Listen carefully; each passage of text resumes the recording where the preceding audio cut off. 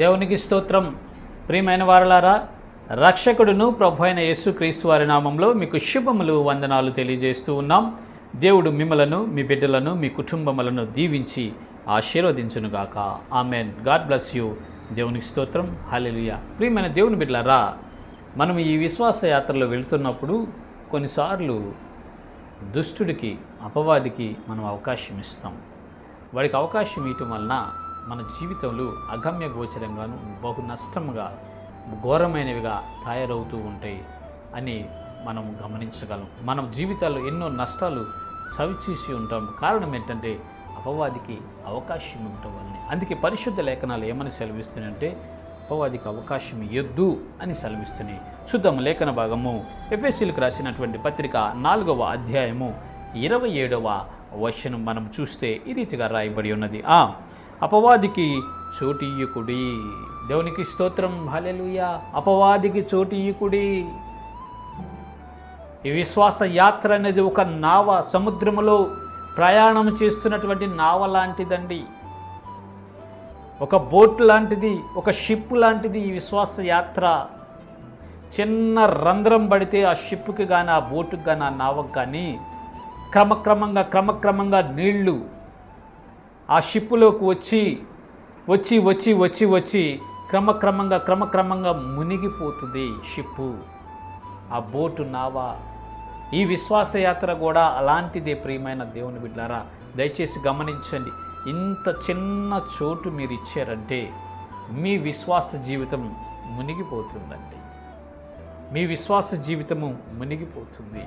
అపవాదికి చోటు ఇవ్వకూడదు. ఏ విషయంలోనూ వాడికి చోటు ఇవ్వకూడదండి.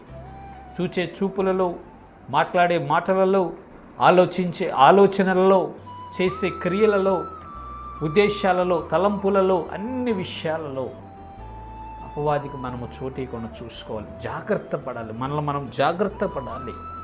దేవుని యొక్క వాక్యము చేత, ప్రార్థన చేత, దేవుని స్తుతించుట చేత ఆయన సంరక్షణలోకి మనం వెళ్ళిపోవాలి. ఆయన హస్తాలలో మనము దాగుకోగలిగినప్పుడు, ఆయన హస్తాల్లోకి మనం వెళ్ళినప్పుడు క్షేమ స్థితిలో ఉంటాం, సురక్షితంగా మనము జీవిస్తాము. ప్రియమైన దేవుని బిడ్డలారా, అపవాదికి చోటు ఇవ్వద్దండి. మనం కొన్నిసార్లు కొన్నిటిని ఆశించి, కొన్నిటిని కోరుకొని అపవాదికి చోటిస్తామండి. మన స్వయంకృత అపరాధం అది. కొన్నిటిని చెడ్డవాటిని ఆశించి, దేవునికి ఇష్టం లేని వాటిని మనం ఆశించి, ఈ శరీరం ఆశించిద్దండి. ఈ శరీరం ఎప్పుడు ఆత్మకు పోరాటమే. శరీరము ఆత్మ శరీరానికి విరోధంగా పోరాడుతూ ఉంటాయి. శరీరం ఏమో కావాలనుకుంటుంది ఈ లోకాన్ని, పాపాన్ని. ఆత్మ ఏమో వద్దంటుంది. ఎప్పుడు పోరాటం జరుగుతూనే ఉంటుంది. ఒక్కోసారి ఆత్మలో మనము బలహీనమైనప్పుడు శరీరము గెలిచిద్ది. ఈ శరీర సంబంధమైన క్రియలు, శరీర సంబంధమైన ఆశలు నెరవేర్చుకోవటానికి ప్రయాసపడుతూ ఉన్నప్పుడు అపవాదికి చోటు దొరుకుతుంది. అపవాదికి చోటు ఇస్తే వాడు క్రమక్రమంగా భక్తి జీవితంలో మనల్ని పతనం చేస్తాడు. భక్తి జీవితంలో మనం పతనం చేసి, దేవుని నుంచి మనల్ని దూరం చేసి అగ్ని గుండంలో పడవేయాలనేదే అపవాది యొక్క ఉద్దేశ్యం. కాబట్టి ప్రియమైన దేవుని బిడ్డలారా, అపవాదికి చోటు ఇవ్వండి. చోటు ఇవ్వద్దు, చోటు ఇవ్వకండి. మీ భక్తి జీవితాన్ని మీరు కాపాడుకొని సురక్షితంగా దేవుని హస్తాలలో ఉండి సురక్షితంగా జీవిస్తూ, నెమ్మది కలిగి జీవిస్తూ, ఆయన ఆశీర్వాదాలు పొందుకుంటూ ఈ విశ్వాసయాత్రలో ముందుకు నడవండి. ఇటు కృప దేవుడు మీ అందరికీ కలుగు చేయనుగాక. ఆమెన్. God bless you. దేవునికి స్తోత్రం. హల్లెలూయా. Praise the lord.